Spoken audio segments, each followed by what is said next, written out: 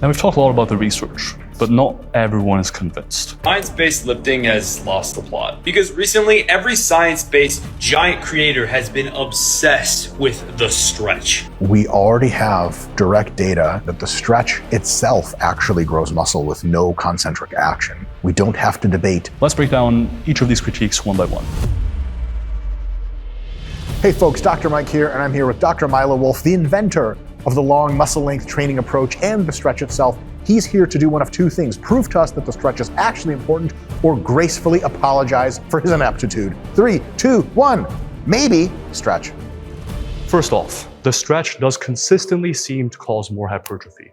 At this point, we have 35 studies on the concept of the stretch, looking at more stretch forms of training versus less stretch forms of training. In fact, in 2023, I published my own meta-analysis on the topic, finding that the stretch is important. Probably the most important part of any lift. As far as principles go, the stretch being important for hypertrophy has about as much evidence behind it as something like higher volumes causing more growth.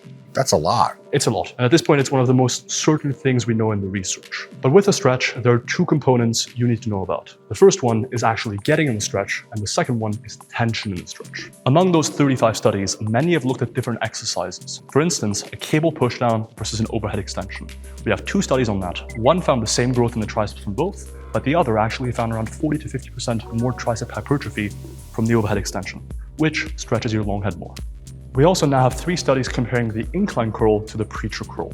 And in general, the incline curl is better for the biceps because your shoulder is behind you, causing more stretch on both heads of the biceps. Next, we have 2 studies looking at the seated hamstring curl. One compared it to a lying leg curl and found greater hamstring growth during the seated leg curl because it pre-stretches the hamstrings with your hips flexed. The second study compared the seated leg curl to the Nordic hamstring curl. Again, more stretch at the hips meant more hamstring growth. We also got 2 studies comparing the seated calf raise to a standing calf raise. Extending the knees pre-stretches the gastrocnemius, and as you'd expect, the gastroc grew more in both studies from the standing calf raise. We also have one study comparing the hip thrust to the squat for the glutes. This study found the same hypertrophy, but the depth of the squat was relatively constrained. But all those studies were on more stretched versus less stretched exercises. But we also have studies looking at the concept of resistance or tension in the stretch. What are you doing? Tensing. Let's go back to the 3 studies that compared the incline curl to the preacher curl. For the biceps, the incline curl means more stretch, since the shoulder is behind you. But for the brachialis and brachioradialis, those only insert at the elbow. So the exercise that places more tension in the stretch for them, the preacher curl, actually grew those a little bit more. Likewise, in that study we just mentioned about the seated hamstring curl versus the Nordic curl places more tension in the stretch. And as you'd expect, for the short head of the hamstrings, where stretch is the same in both exercises, the Nordic curl caused more growth from the exercise that placed more tension in the stretch. Not every study has positive findings though. Our own study comparing the cable lateral raise to the dumbbell lateral raise found the same growth from both. Those are all the studies we have on the topic for now, but more are coming out. Besides comparing different exercises, we also have studies looking at different ranges of motion. Specifically, we have 5 studies looking at lengthened partials versus a full range of motion. And in those studies, you either see the same growth from both techniques, or actually a bit more growth from lengthened partials. So, based on the available research, whether or not you choose to include that full peak squeeze is mostly personal preference. The main thing is achieving a full stretch and spending some time there. Now, you might be thinking, what if I just took my set past failure doing partials at the end? Well, we actually have 2 studies on exactly that topic.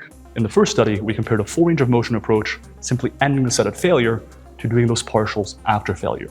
And, as you'd expect, the partials after failure caused around 40% more growth. The second study, however, compared that technique of doing partials past failure to doing just partials. And just partials did seem to cause a bit more growth. So, personally, I'd opt towards just partials. 40% more growth is a lot, which means maybe a take-home point is like if you have an exercise, maybe at least on the last set, that's conducive to continuing partials after you've done the full ROM. Because like with squats, that doesn't work because then you're gonna die. But if you have like calf raises or something, might as well squeeze out all the partials you can at the end, huh? Yep, I think that a great degree of emphasis on the stretch, whether that's just partials or picking the right stretch bias exercises, is pretty much always a good idea. We've yet to see a case in the research where doing more stretch work caused less growth. But have you considered operationalizing growth as how many people at the gym think I'm impressive because I'm lifting weights I can't take to a full range of motion? Isn't that the growth that matters? I mean, hey, I'll see you full stacking the fucking chest press lean partials. We out here, baby. Where's your citation? These studies? Now, we've talked a lot about the research, but not everyone is convinced. And there are reasons to be skeptical of always trying to train the stretch and potentially taking it too far. Let's break down each of these critiques one by one. The first one is that the stretch only really works in beginners. Length and partials only really work in beginners. Now, there is some truth to this, in the sense that most studies have looked at beginner populations. There's a reason for this. You see more hypertrophy in beginners, therefore you can more easily distinguish differences in how well two different training protocols work. You can also recruit beginners easily. There's more of them. Another reason is beginners will let you just train them however you want because they don't care or don't care yet. Advanced lifters, you're not going to pull out of the regular program and have them do some other wacky stuff. Exactly. And so it's possible that these findings don't generalize to more well-trained lifters. With that being said, we do now have around 10 studies in trained lifters, which is a decent amount. It's not be-all, end-all, but it's something. And generally, of those 10 studies, first of all, 0 have found less growth. So at the very least, you're probably not going to miss out on anything by choosing to emphasize the stretch a bit more. Of those 10 studies, though, around half have found more growth when emphasizing the stretch. The other half has found about the same growth. Now, with a relatively small effect, that is the sort of outcome you would expect because of sampling variance. You would expect some studies to have a roughly null finding, some studies to have a small but beneficial effect, and some studies to have a relatively larger positive effect. And that's kind of what we see. Just to put this in perspective, another potential retort is like, okay, look, so the effect is small, so who cares? Just train how you like. And that's a very good critique.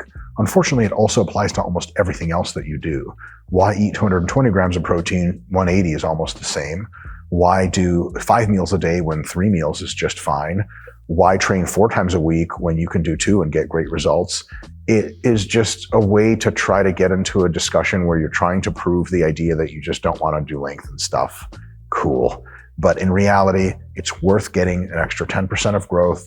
And at the same time, a lot of times it also builds mobility and makes you more injury resistant. And so it's kind of all good stuff. The only downside is that, like, well, gee whiz, your ego is going to take a hit because just you can't lift as much weight through a full range of motion. The opportunity cost of training more in the stretch is effectively non-existent. Yep. So I don't have a lot of sympathy for that sort of idea. You just don't have a lot of sympathy in general because you're Austrian, right? Prussian and all that.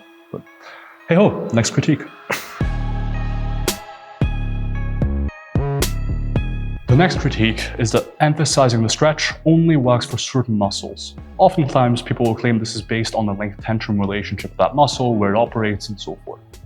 Now, the truth is, at this point, we have studies in quite a few different muscles. We have studies in the calves, in the hamstrings, in the quads, in the glutes, in the biceps, in the brachialis, in the brachioradialis, in the side delts, in the triceps. That's a pretty wide variety of muscles. Which muscles did you miss? Chest. So it doesn't work in chest is what you're saying. That's exactly what I'm saying. The concept of generalizable principles doesn't exist. I know. I just made that up on the spot. Yes, but also I agree with you because it defends my fairly deeply held positions. Hey, there we go. So in science, to an extent, we assume that there is generalizability, whether it's looking at a small subset of a population and assuming that it generalizes to that population as a whole. This also applies to muscles. At some point, you can hypothesize about mechanisms, but if the outcome data seems to consistently apply across different muscles, maybe it's generalizable. And in this case, I think it is. Let me talk quickly about another thing is the length-tension relationship.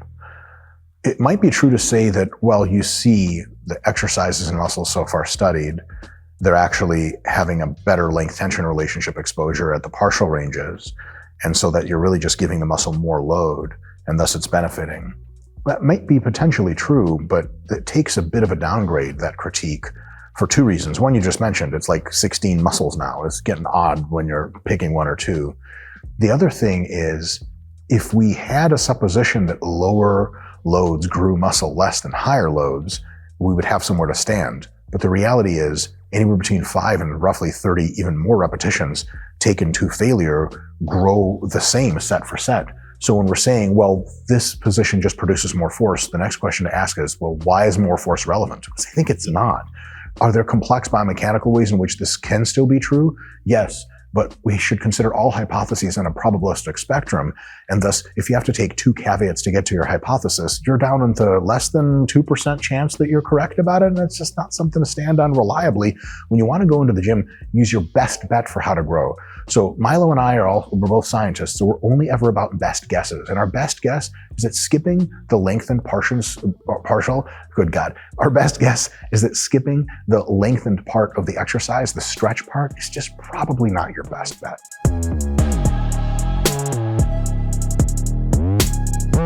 The next critique is that it's not actually the stretch causing more growth. It's training a muscle where it's strongest, or simply put, the concept of neuromechanical matching. The principle of neuromechanical matching simply states that your body will recruit the muscles that are best internally leveraged to perform an action. If, for example, your biceps are strongest down here, it will recruit the biceps over the brachialis and brachioradialis for curling in this range of motion. Now, it's important to understand where this principle comes from and what it's supposed to replace. It's supposed to replace Henneman's size principle, which dictates that your body will first recruit the smaller motor units, the smaller muscle fibers, to perform an action, and then as fatigue sets in or as force production requirements increase, then it will start recruiting larger threshold motor units, larger muscle fibers, faster twitch muscle fibers. The theory of neuromechanical matching actually stems from something completely unrelated to hypertrophy, which is specifically inspiration, so actually breathing in, and 2, gait muscles, specifically during very submaximal walking. How this relates to hypertrophy is relatively unclear. And that's why, for the time being, I'm not really convinced that neuromechanical matching can explain why we see more hypertrophy from training muscles in the stretch. To be perfectly transparent, there is not a single study yet that has specifically sought out to test the concept of neuromechanical matching as it applies to hypertrophy. People will try and apply this principle to already existing findings, oftentimes to challenge data that the stretch is actually more important, while we now have 35 studies specifically seeking to examine the stretch. I'm personally not convinced. What are your thoughts? I mean, I'm not convinced either. For another additional layer of grounds, we already have, from static imposition over months and months, Eric Helms was involved in one of those studies, direct data, and from animal studies, direct data that the stretch itself actually grows muscle with no concentric action. We know mechanistically the stretch grows muscle. We don't have to debate if it's not the stretch and just neuromechanical matching. Neuromechanical matching needs substantial more work to develop it even into a model. It's currently a hypothesis, but maybe it's true, but it would be true potentially on top of stretching and long muscle lengths as an idea. It doesn't refute it. So it's a cool addition, but I wouldn't exactly go and say like this is evidence for stretching not being a thing because we have direct evidence of stretching on hypertrophy when you're not even lifting. There's an additional layer here. I mentioned earlier that we generally assume things will generalize. But in this context, the research from which this principle stems is in the context of submaximal tasks, highly submaximal. Inspiration, walking. Those are quite distinct from maximal tasks like taking a set to failure. It's really unclear whether those tasks would be governed by a similar principle as taking a set to failure. With a set to failure, it may very well be a case of all hands on deck. If a muscle can perform the joint action that is trying to be achieved here, like for example, elbow extension during a press, chances are it's going to recruit all 3 heads of the triceps to their fullest, even if they're not internally leveraged to be their strongest, because you are going to failure. It will get all hands on deck to perform that joint action. So the context in which the principle was first hypothesized, whatever, and it's now trying to be applied by some people are quite different. And until we have research on this, I'm personally not inclined to really give it much credence. Sure, you touched my leg. I can do that again. Again, my God. But seriously, I have an important point. All of what you said, I totally agree with. In addition to this, if neuromechanical matching passes multiple filters, multiple studies, and theoretical bases, and gets accepted as a thing that actually happens when you lift heavy and go close to failure in hypertrophy training, it's something to stack upon in your training in addition to stretch. We already know stretch works. We already know that long muscle lengths work independently via their own mechanisms. So if you're looking to do a curl in such a way that both neuromechanically matches bicep involvement and exposes a stretch, that would give you more growth than either one or the other. So the idea that neuromechanical matching is a refutation of stretch literature is a non-starter at this point.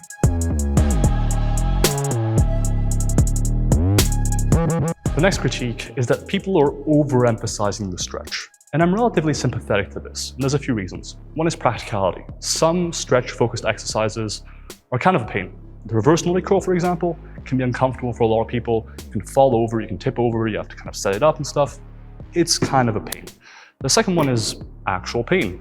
People tend to experience more pain, more joint discomfort when they're training at the extremes of range of motion, a full stretch or a full contraction. That's where current injuries and pains tend to flare up the most. And the final one is we don't actually have that much research on the extremes of the stretch. Specifically, we have a lot of studies comparing relatively stretched forms of training to relatively shortened. But about the insane super stretch curl, we don't have many studies yet, and we need more. Until we have those studies, you could theoretically overemphasize the stretch and not get any additional benefit, or at least the benefit isn't as of yet ascertained. Translation from science talk to street talk.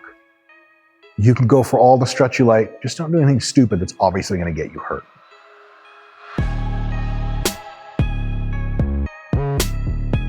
The next critique is that science keeps flip-flopping. Yes, some studies have found a benefit to the stretch, but others haven't. So really, who's to say whether it works? This stems from a misunderstanding of sampling variance and how science works. Let's assume we know for a fact there's an effect size of 0.2. Just because of sampling variance, the observed effect size will cluster around 0.2, but maybe a bit lower sometimes, or a bit higher. In fact, some studies will find zero effect. Some studies could even find a negative effect. But on average, the effect sizes we observe will be around 0.2, for instance. That's exactly what we see with this research. Most studies find a small positive effect. Some find a slightly larger effect, and some find no effect. But the average effect size is positive and is small but appreciable. And so if you think that science keeps flip-flopping, you're probably letting single studies impact your understanding too much. Look at meta-analyses. Look at the totality of the evidence. And when you look at the 35 studies we do have, it does seem pretty clear at this point that stretching, or rather the stretch, is beneficial for growth. Yeah, science is about best guesses and very good guesses, but never perfect analyses. Imagine you had a friend that was just super gorgeous like Scott the video guy, and you said, oh, ladies really like my friend, whose name is Scott the video guy. And we had Scott come up to one lady who was curmudgeon-y and smoking an elongated cigarette, just didn't have time for anything. And Scott's like, hello, do you think I'm handsome? And she's like, get out of here, sugar, I've been through 80 of you. You wouldn't automatically say, oh, Scott's clearly not handsome because he is. It's just one lady. Now, if he came up to 9 other ladies and had 7 children as a result of that, which is Scott's real life, you would be very convinced that he was in fact good looking. Scott, are you filming this? Oh, stop.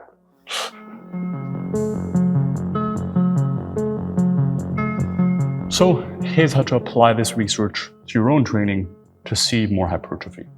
The first point is to pick exercises that stretch the target muscle under load. You can think of a bench cable curl, for example. Or you can probably achieve the same effect by combining different exercises that achieve different things. For instance, pick exercises that have more tension in the stretch, like a preacher curl, and exercises that emphasize the actual stretch a bit more, like an incline curl, where you get more of a stretch on your biceps. Combining these different exercises in your program will probably lead to about the same outcome as picking the optimal exercise every single time. But your exercise selection should emphasize both the stretch and tension in the stretch. Second, lengthened partials are a great tool. Use them especially on exercises that load the shortened position the most. Things like lat pull downs, rows, lateral raises with dumbbells. All of those can work really well with lengthened partials because you're cutting out an unproductive bottleneck to the set. You're not going to get that much stimulus up there, but you are going to end the set way before you get any meaningful work done down in the stretch. I just kind of wish gravity pointed in different directions sometimes. Be sweet. Dragon Ball style. Alternatively, if you don't like lengthened partials as a form of training, it feels awkward or what have you, you can do lengthened supersets. Just pump out some partial reps after you hit full range of motion failure. Those are still going to be probably more effective than a full range of motion, but they may not be quite as effective as lengthened partials. Focusing on stretch is a great way to get more out of your training at no additional time cost. There's not really an opportunity cost of pausing in the stretch, doing some lengthened partials as opposed to full range of motion on a short and biased exercise, or picking the right exercises. So if you'd like more growth, but with not much additional time, focus on the stretch. Likewise, focusing on the stretch probably works across all muscle groups at this point, and probably also works in advanced lifters. Look, we need more research. At this point, it seems like the average effect size observed is small but appreciable and beneficial, so focusing on the stretch is recommended. But that's not to say the research is set in stone, and as we get more studies, we might find out the stretch is more important than we thought, or less important. But at this point, I do think the recommendation of focusing on a deep stretch, like the good Dr. Mike always does make sense. Folks, that was a lot of fun. My takeaway from all of the stuff I've seen from you, Milo, and your colleagues so far is if you're going to skip any part of the range of motion in exercise, probably don't skip the stretch. What's your super quick take home for the folks at home? Find ways to emphasize the stretch. Don't be obsessive over it, but chances are you'll see more growth than before. And you might even see sort of like noticeably more growth than before. Like if you've been training for a while, you might see a renaissance in your Oh, progress. but make sure to periodize it.